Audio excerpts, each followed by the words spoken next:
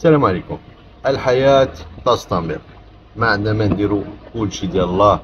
بالنسبة للضحايا الزلزال إنا لله وإنا إليه راجعون.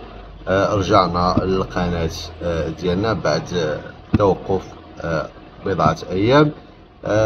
الخبر هو أن حكيم زياش رجع للتدريب الجماعية كما يعرف الجميع.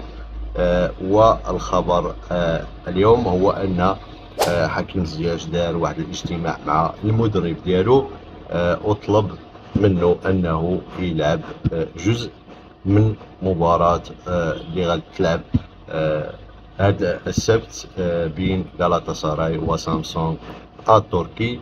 حكيم زياش حس بانه قادر انه يعطي لبضع دقائق باش يدخل في المباريات.